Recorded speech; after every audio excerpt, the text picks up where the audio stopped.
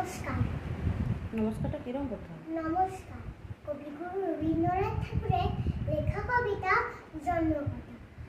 খোকা মাকে শুধাই দেখে এলে মামে কোথা থেকে, কোনখানে তুই কুড়িয়ে পেলি আমারে। মা শুনে কয় হেসে কেঁদে, খোকারি তার বুকে বেঁধে। ইচ্ছা হয়ে ছিলি মনের মাঝে, ছিলি আমার পুতুল খেলায়, ভরেছি পূজার বেলায়। তোরে আমি ভেঙেছি আর গড়েছি, তুই আমার ঠাকুরের শোনে, ছিলি পূজার সিংহাসনে।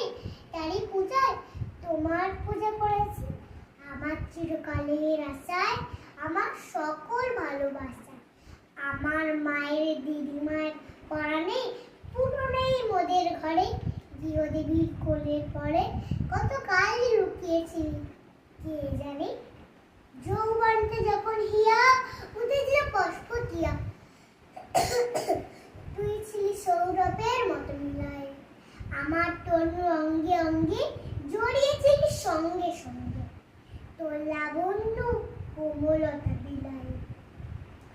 সব দেবতার আদরে ধর, নিত্যকালে তুই পুরাতন, তুই প্রভাতের আলোর সমবয়সী, তুই জগতের স্বপ্ন হতে এসেছিস আনন্দ সতে।